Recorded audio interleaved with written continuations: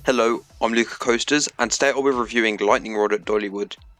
Now before I get into this review, I just wanted to say that I'm pretty sure I rode Lightning Rod in its faster form, since locals that I've spoken to have said that the ride was returned to its original speed for Thrills in the Hills 2019, and it remained at that speed until mid-August 2019, when there was extensive downtime after that. So anyways, since the announcement in August 2015, this has been my most anticipated coaster, but unfortunately, for my first visit in August 2018, Lightning Rod was closed. But having seen the ride in person, my hype only increased. I was then lucky enough to visit the park in August 2020, when Lightning Rod was open, and I've never been more excited for a coaster. So to start off, the ride is fairly well presented. I like how you can only see a small section of the coaster from the plaza, which helps build up the anticipation. The plaza from the ride looks really nice, and the theming throughout the queue line is nice, but nothing outstanding. So once you enter the station, you're batched and then you can choose your row. The coaster features the first gen RMC trains, modified with grab bars. I really like these trains. They're fairly easy to get room in and the restraints aren't too heavy, but they are still far from the best, and I know many people despise these trains. I noticed that when I was at the park, the ride ops didn't staple, which is really nice, especially considering how airtime focused this ride is. But overall, the dispatches on this coaster were good, despite only one train being in operation when I visited the park, even though it was fairly busy actually. So, when you dispatch, the train navigates a slow right hand turn as some engine revving sound effects play, before going into some straight track. The train then engages with the LSMs and starts launching. Since the ride starts launching before it goes uphill, you get a slight moment of positives before going uphill. The launch itself isn't too forceful, but the one thing that surprised me is the sensation of speed that you get in the front. For some reason it feels so fast, as there's so much wind hitting your face, despite the ride not even going too fast. What I do like is how sustained this launch is. So you're just pushed to the back of your seat for a few seconds, while accelerating up the hill. The train honestly feels like it's already hauling as it disengages with the LSMs. Then it continues ascending before cresting the first hill, which gives a violent good pop of ejector in every row. The airtime is definitely more violent in the front, as in the back it takes longer to build up to the airtime. However, the airtime feels consistently strong throughout the whole hill, and it feels equally sustained in every row. I love this start to the ride, as the airtime is surprisingly strong and it's also fairly aggressive, which sets the tone for the rest of the ride. After dipping down, the train rises up again before entering the main 50.3 meter drop. Since the ride already has a fair amount of speed going into this drop, the crest is fairly drawn out, making it feel more like a really sustained airtime hill than a drop. In the front row, the transition into the ejector is more sudden, but it feels slightly less sustained. But in the back, the airtime takes longer to build up, but the airtime ends up being slightly stronger and more sustained. However, the disparity in strength of airtime between the rows on this drop is fairly small, since the train already has so much speed going into it. So while usually a drop is only really amazing in the back rows, on Lightning Rod, this drop is amazing in every row. In terms of strength, it feels similar to the drop on Wildfire in the back row, with the front row on Lightning Rod feeling slightly weaker than that, but the back row on Lightning Rod feeling around the same strength.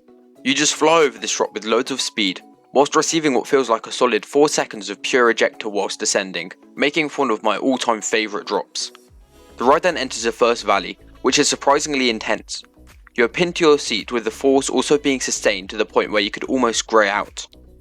The sensation of the speed in this section is absolutely amazing, as the ride hits its top speed of 117.5 km per hour, and this is helped by the signature wooden rumble that this coaster has, making this valley feel even more wild.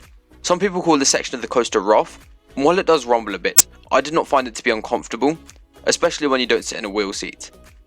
During this valley, you also fly through the structure under an element later on the ride, creating a great head chopper and further heightening the already incredible sensation of speed in this section. The coaster then rises up and banks to the left, sustaining the positives when entering the wave turn. Whilst ascending, the coaster does slow down considerably, which made me think that the wave turn would not deliver, but I was definitely wrong.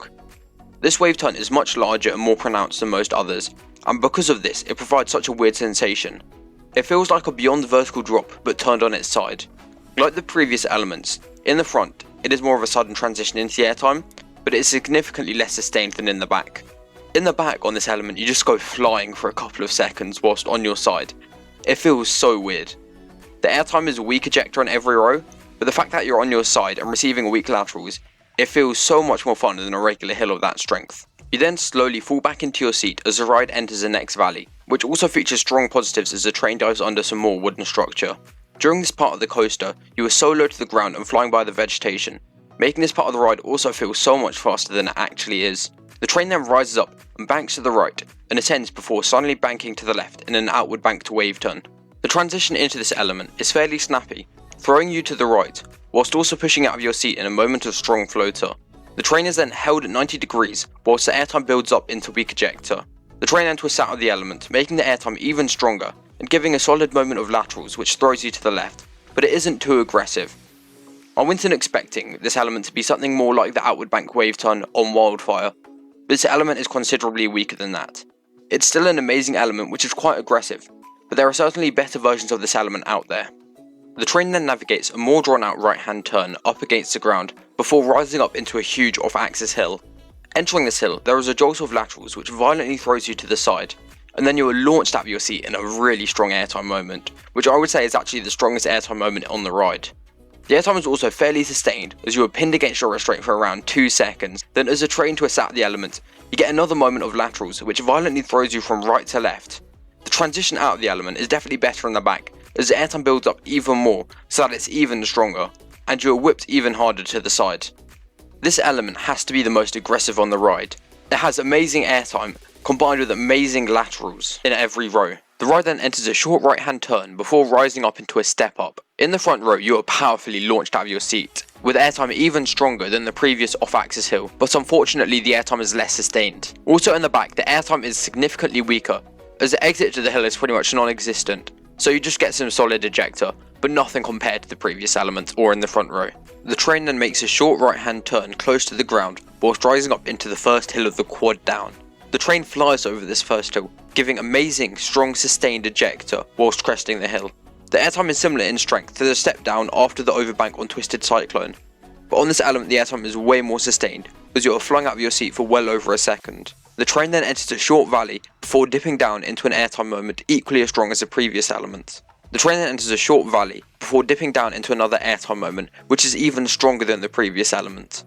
However, this second airtime moment on the quad down is slightly less sustained. However, the transition into the airtime is so sudden since there is such little build up into the hill, making the airtime feel way more aggressive. And considering how sudden the transition into the airtime is, it still is fairly sustained as it descends, but naturally it won't be as sustained as a fully formed hill. The train then turns to the right, giving some solid laterals before the train dips down into the third hill of the quad down. Like the prior hill, the transition into the airtime is so sudden, but this hill is more similar in strength to the first hill of the quad down, but less sustained. This element also twists halfway down, giving a solid dose of laterals. I actually prefer this hill in the back, because the laterals and airtime feel slightly more violent, but as with most of the elements on this coaster, they are very similar in every row. The train then twists to the right and enters the final hill of the quad down. This hill is highly banked and turns while you descend, giving some really strong laterals as you descend. But this compromises the airtime strength, meaning you only receive weak ejector, but it is ejector nonetheless. And despite it lacking in airtime compared to the previous few hills, because of the laterals it still retains the aggressiveness. So overall I love the quad down.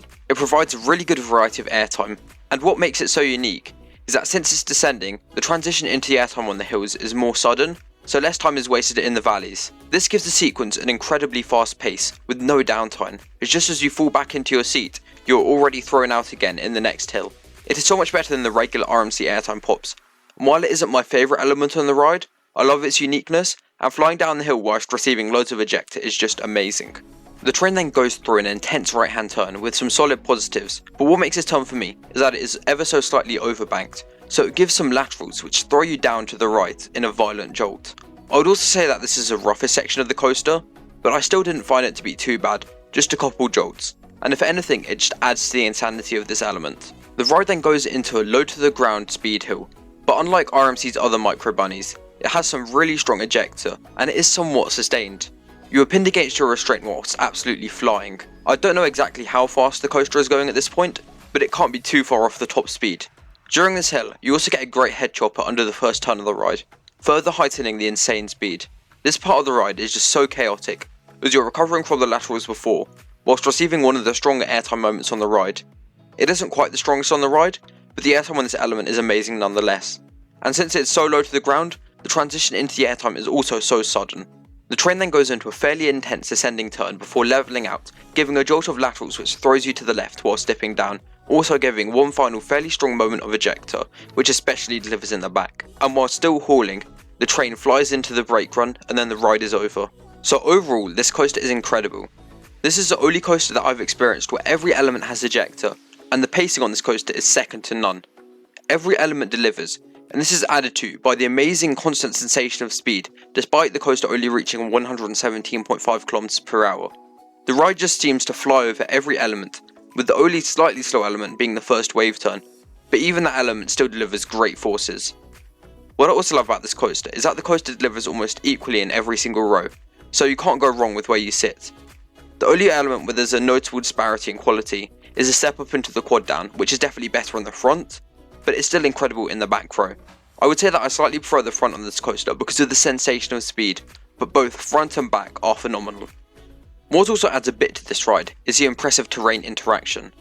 I don't think any ride uses the terrain this well, and almost every element on this coaster is low to the ground and flying through the greenery on the hill. It is almost absurd to think that this ride even got built. An over 60 meter tall wooden coaster with a launch that goes down a hill, and because the ride doesn't go down its full height on the drop, it is able to keep an amazing pace. However, there are a couple issues that people have that I'd like to address. The first being the duration. Many people say that this coaster is too short, but I honestly didn't think that. It could obviously be longer, but I felt satisfied with the duration after every ride, as there are absolutely no dead spots. The other concern many people have is roughness. This is where my review gets a bit outdated, since the ride is now being retracked with RMT's iBox track. But even when it was purely top of track, I didn't think this coaster was especially rough. There were a couple of slightly rougher moments, but nothing uncomfortable, and as I said before, the roughness adds slightly to the insanity of this coaster if anything. So, this ride is as close to perfection as any coaster has come for me. Every element delivers strong forces, and it has pretty much everything I want in a coaster. A couple elements could be slightly improved, to maybe incorporate more laterals and whip, but overall this coaster layout is incredible. I had so much fun getting a total of 11 rides, and every single one of them was incredible, from one of the first trains of the day to one of the last. Some of my final rides with loads of room were just incredible, and I can't imagine how good this coaster would be at night. So I'm going to have to give Lightning Rod an incredibly high score of 99 out of 100. The only reason it doesn't get a perfect 100 is because a coaster can always be improved and get better, but for now it's my number one coaster, and I would be surprised if any operating coaster could even top this. So, those were my opinions on Lightning Rod at Dollywood. I would love to hear your thoughts on this coaster in the comment section down below, and if you enjoyed this video, make sure to like and subscribe for more roller coaster based content.